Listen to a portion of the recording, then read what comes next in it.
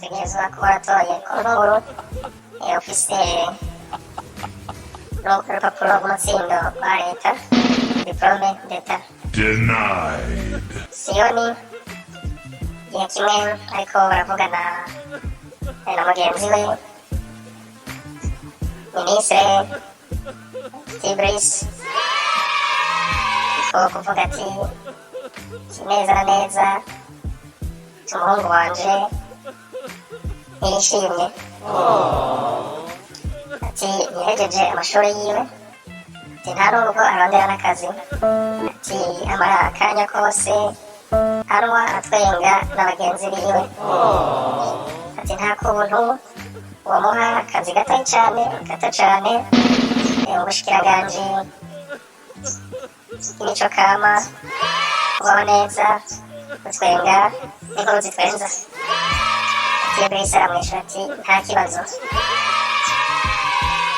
ati nzomugira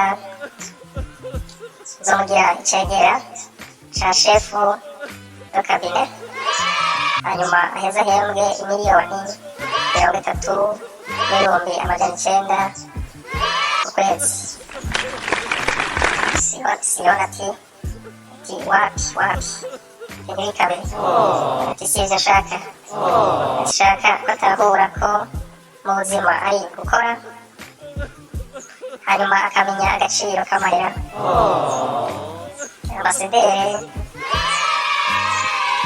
Minisitiri ambasaderi generale Tibris ati nta kibazo, ati nzomugira ujejwe ivy'amamisiyo, shefu charge de mission.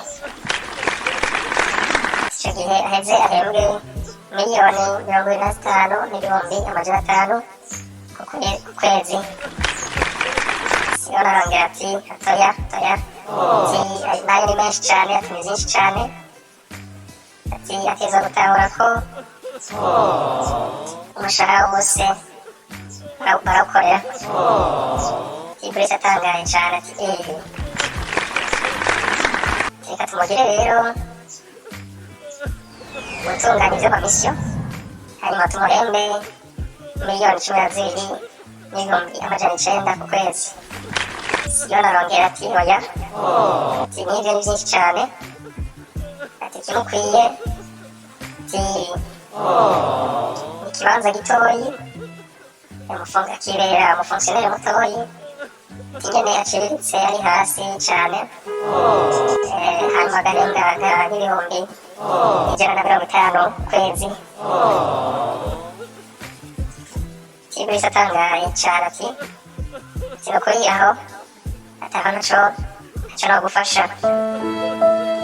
Siyoni atangaye cane ati kubera iki? Tibris niko kumwishura ati